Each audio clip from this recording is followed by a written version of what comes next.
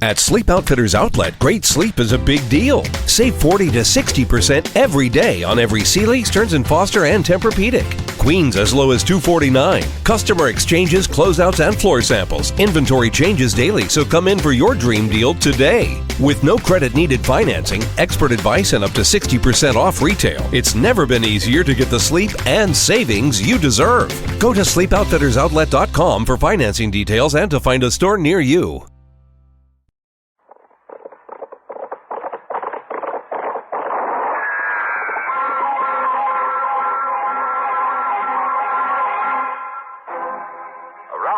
City and in the territory on West, there's just one way to handle the killers and the spoilers, and that's with a U.S. Marshal and the smell of Gunsmoke.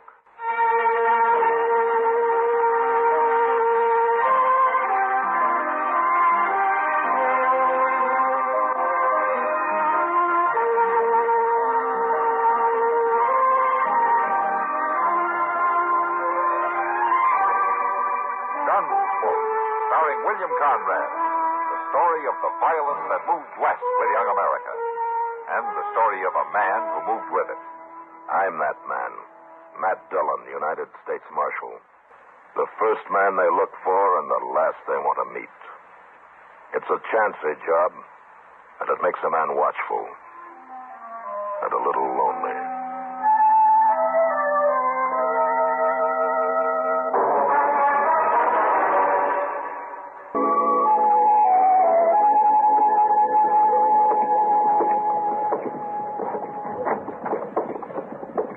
Good morning, Chester. I ain't at all sure about that, Mr. Dillon. Sure about what? But it's a good morning. Well, it's the only one we're going to get, Chester. Is that fresh coffee? No, sure ain't. That's the batch I boiled up last night. No. I ain't had time to make no fresh yet. Why? Them fellas you locked up last night, Mr. Are they Dillon. causing trouble? Well, they've been at me ever since I come in here, fussing and complaining. About what? They want me to fix them some breakfast. Been carrying on about it like they'd never ate before. Well, I guess they've never had anything like you're cooking before, Chester. Ain't you going to let them out this morning, Mr. Dillon? Yeah, I guess so. They should be sober enough by now. Well, then it just don't make a bit of sense for me to go to all the trouble of feeding them, does it? No, forget it, Chester. I'm going to let them out. I declare I got me enough to do around here just redding up the place. Start feeding a clutch of prisoners that ain't even going to stay on. All right, Chester. That's enough.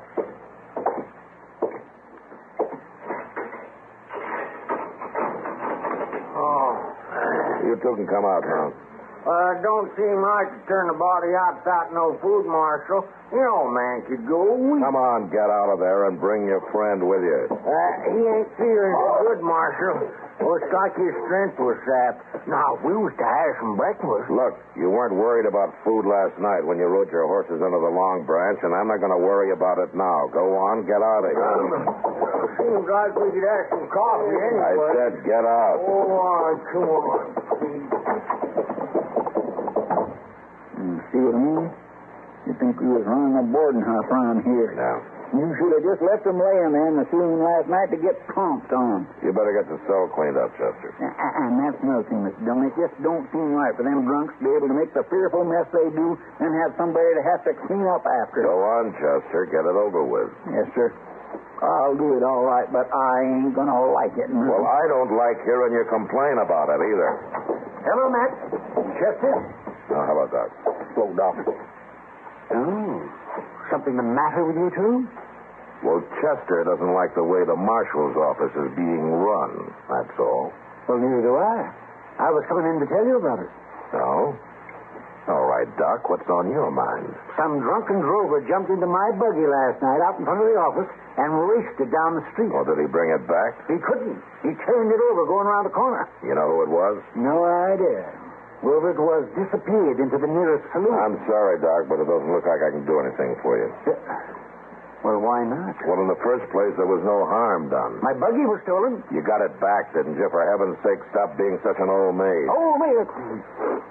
Now, look here, Matt. What do you want me to do? Sit around watching your buggy all day No, long? Matt. No, of course not. But there ought to be a better way of keeping the town in line. Well, maybe we could pass a law saying that drovers can't drive buggies, huh? I don't think that's terribly funny, Matt. All I'm saying is that Must be something you can do. Look, Doc, I've had fevers and ague that you haven't cured. But at least when you come into my office, I try to help. And that's more than I can say for your office. Well, you better stick to your pills. I intend to. I certainly intend to. I won't be wasting any more time around here. You can be sure of that. I'm sorry, Dopey. I didn't mean to run you down. Oh, you're looking for the marshal? Yes. Go right on in for all the good it'll do you. I'm getting out. Well, doctor seemed a little upset. Yeah, well, Doc gets that way sometimes. What can I do for you, Dopey? Well, truth is, Marshal, I've come to register a complaint. Well, you're going to have to stand in line. How's that? Oh, never mind. What's your problem?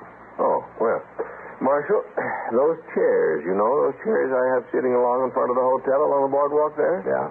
Well, people keep sitting in them. Well, I guess I don't understand. Well, what I mean is those chairs are put there for my hotel guests, and the town loafers have taken over. Never any room for my guests. Have any of your guests complained to you? No. Well, how do you know that they'd want to use them? Well, I know. I just know, that's all. I see. Now, what do you want me to do about it? Well, Marshal, Dodge House has a reputation to uphold, and it isn't helping any when every lazy, good-for-nothing in Dodge spends the day whittling or sleeping right at the front door. I want you to tell those men they can't do that anymore. You asking me to be a doorman, Mr. Doby? Well, no, of course not. Well, I have two suggestions for you, Mr. Doby. Either tell the loafers you speak of to move along, or you take away the chairs. Now, I can't see that that's too much of a problem.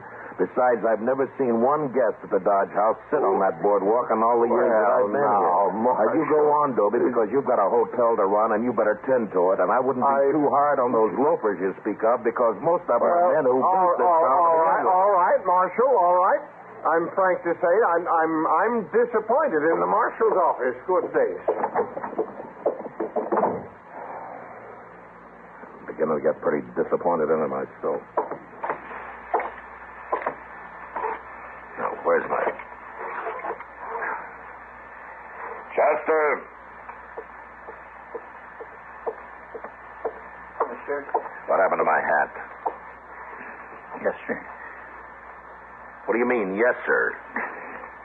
I was afraid you was going to ask that. What does that mean? Yes, sir.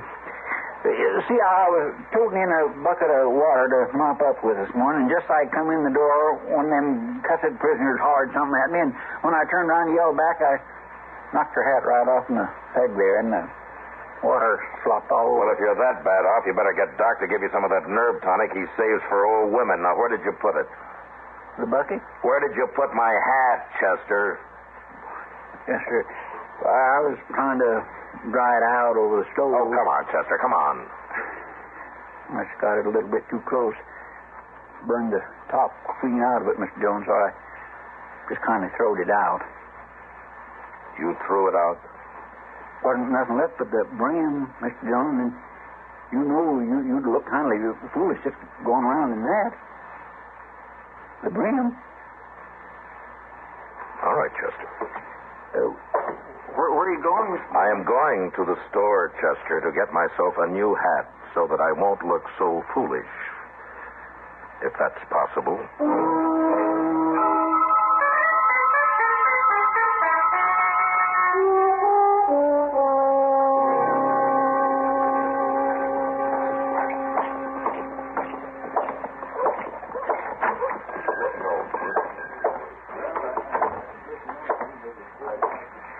Hello there, Marshal. Be right there with you. All right, Jonas.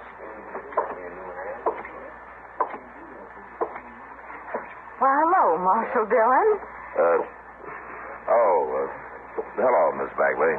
No, I was going to call on you at your office later today, but now I won't have to, will I? Meeting you in the store this way. No, ma'am, I guess not. You know, Marshal, several of the town ladies have been meeting at our home from time to time to discuss matters affecting our community. Uh-huh. And frankly, Marshal, we've been disturbed about the way things have been going on in Dodge. Oh? Is that so? Yes, Marshal. I was talking to the ladies about it last night. Bottles all over the street and noise and shootings every time the Texas herds come in. Uh-huh. And we ladies feel that perhaps the law might keep things just a little better under control. Well, I tell you something, Miss Bagley. Maybe you... Excuse me. There's Mr. Bagley. He's come to take me home in the buggy. I guess I'll have to come to your office after all, Marshal. Yeah. Why don't you do that? All right, Marshal. I can take care of you now. I want a hat, Jonas. A hat? I just sold you 1 month or two ago. I want another one. Well, sure. See what I got out back. The same kind will do. Well, here, have a look at that new Sharp's rifle. Just came in today.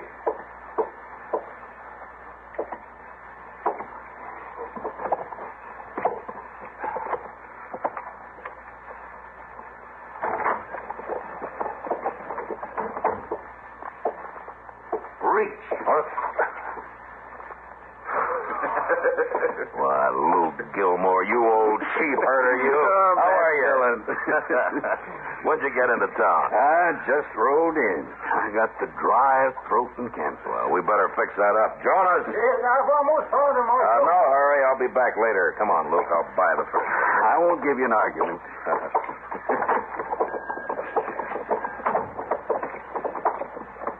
Well, how long are you here for? Just a day this time. I got my eye on the far west. This part of the country isn't going to make anybody rich. I just figure it's time to move on. You know, that might not be a bad idea for you, too, come to think of it. Yeah, you may be right, Luke. You may be right.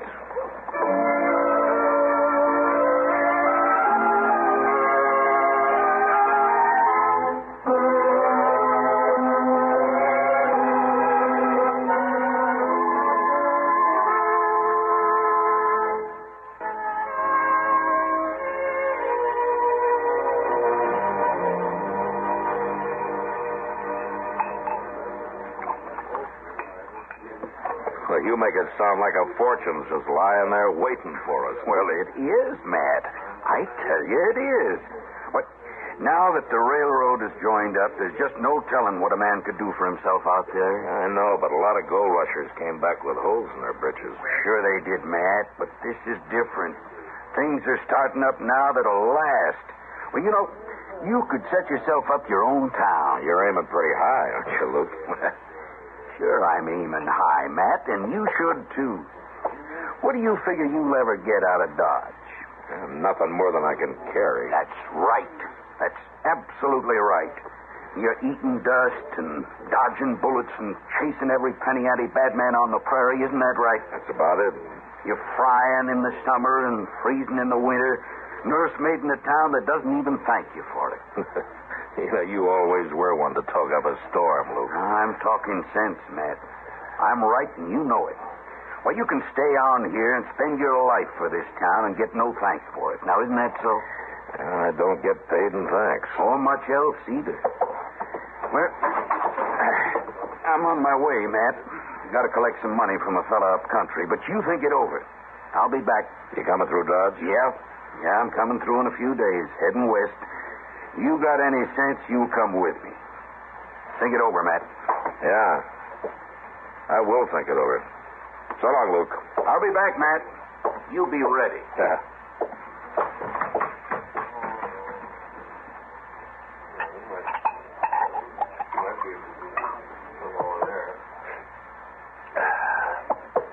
Well, it's been a long time since I've seen you take a drink before noon. Oh, hello, Kitty. You going to ask me to sit down? Oh, sure. Sit down. That fella an old friend of yours? Matt? What?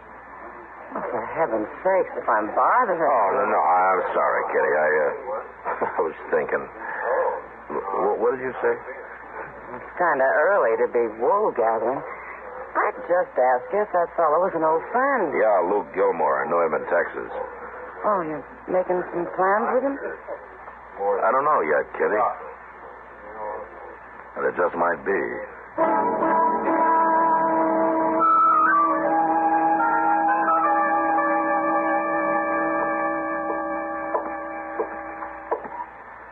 Here's the line, Mr. Jones. I'm awful sorry I let it run out of coal oil, but it's refilled right up the top. And I trimmed down the wick a little dab, too. Thanks, Chester. Just set it down. Anything else I could get you, Mr. Dillon? Nice cup of coffee? No, thanks, Chester. I'm going to turn in. Maybe a fresh pail of water? I'd go fetch it from the well. No, you just brought one, did you? Oh. Yes, well, then I'll just see if this window's open nice and wide. Oh, for goodness sakes, Chester, will you stop fussing around like a mother hen? What's the matter with you? Ain't nothing really the matter. I just got to come right out with it, Mr. Dillon. Come out with what?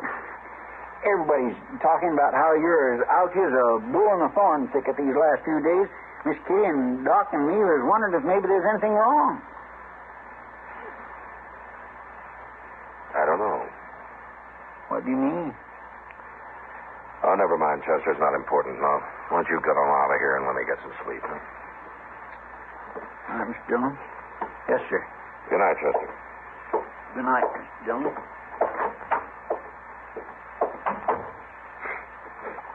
Darn fool.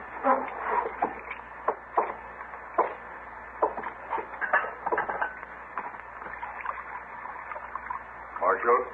What? Well, hello, Long Robe.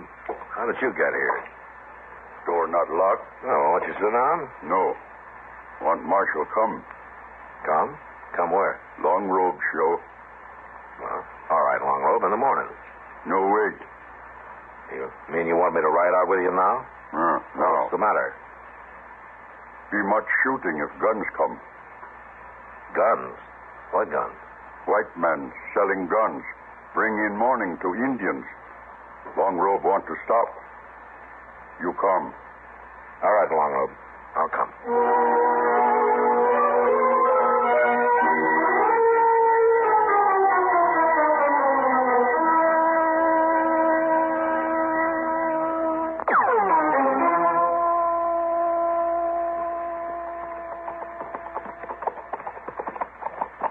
Trees by river.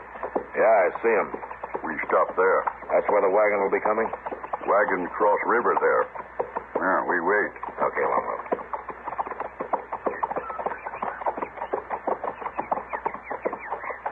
Here. Stop here. Yeah.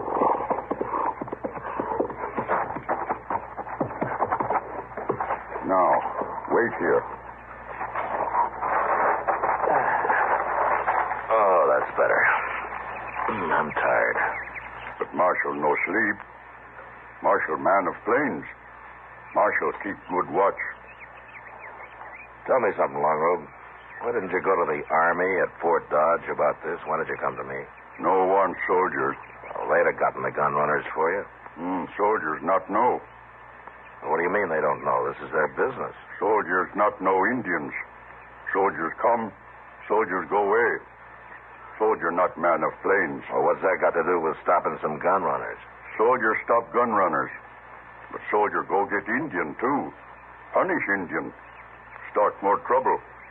You don't think the Indians should be punished? Long Robe punish Indian. Keep trouble in tribe. No shooting. I guess you will at that. Indian need help from white man. But white man must know Indian. Well, lots of white men know Indians. I'm not the only one. To Long Robe and his people, Marshal the only one. Marshal is friend. We watch now for wagon.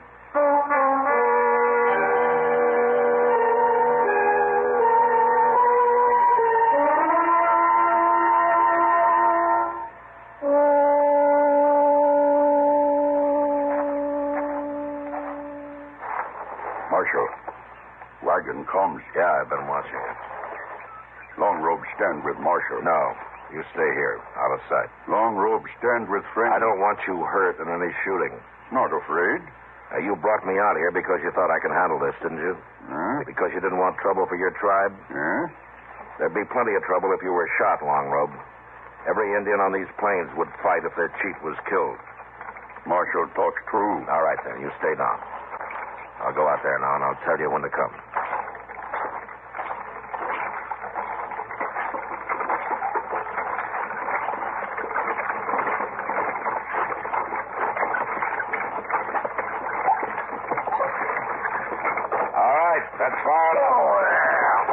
Quiet.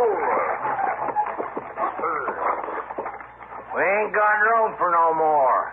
Or'd be too many. I don't want to ride. I want to look in your wagon. Now, mister, I'm not sure I'd take kindly to that. I'm the marshal out of Dodge. I want to know what you're carrying. I tell you, Marshal, you see what I'm carrying right there. Won't take much to make it go off. Yeah. And that gun's a sample of the wagon load you're taking to the Indians. Well, now, Marshal, that's mighty interesting talk. How you come to know about that? Let's just say I got friends. Just say you're gonna need them. Shoot him, Gas. You stand to be in enough trouble running guns to the Indians without shooting a U.S. Marshal. Oh, ain't nobody gonna find you to know about it, Marshal. Don't you worry none at all. Come down out of that wagon. Gas, you take another look, Marshal. There are three of us. We got guns to ram straight down your throat. There wouldn't be three of you when it was over. You can't take us all three. Maybe not. But I can take the first one to start anything, so go ahead and try it. He's bluffing, Gas. You can sure find out in a hurry. Now, come on. You make your play or you come down off that wagon. No man wear a tin badge gonna face me down. All right, who's next? You killed him. You killed Jess. Now, does either one of you two feeling brave? And you drop your guns and you get down off that wagon. Right now.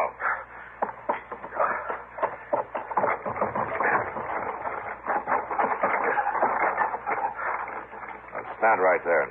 Long rope.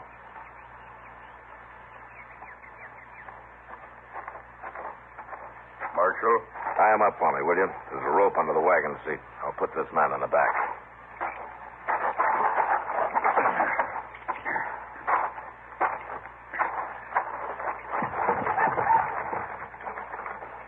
When you get those two tied, you can drive the wagon back to town. I'll ride alongside.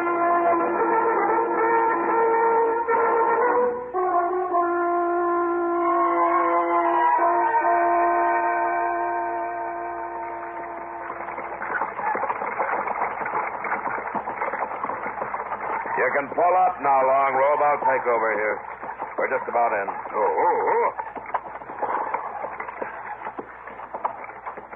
It'd be better if you weren't seen around here.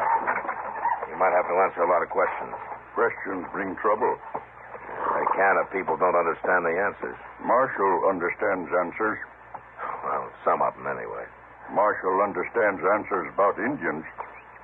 Marshal knows ways of the plains. Well, I've been out here for a long time. I should have learned something. All white men do not learn. Maybe not. It is good for Indian to have Marshal learn. I guess so. It is good for white man, too. Well, It is good for man to live among people he understands, where there is need. Long Robe, go now. all right, Long Robe.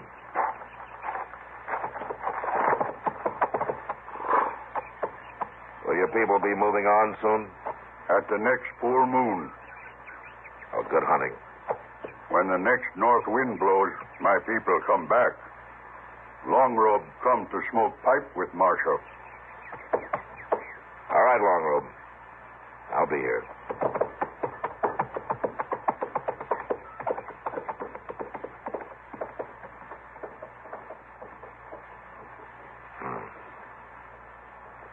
It is good for a man to live among people. He understands.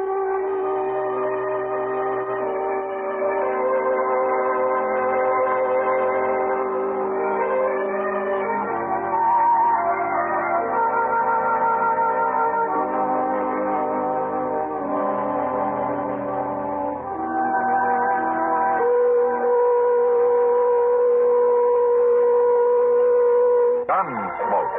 Produced and directed in Hollywood by Norman Macdonnell, stars William Conrad as Matt Dillon, U.S. Marshal.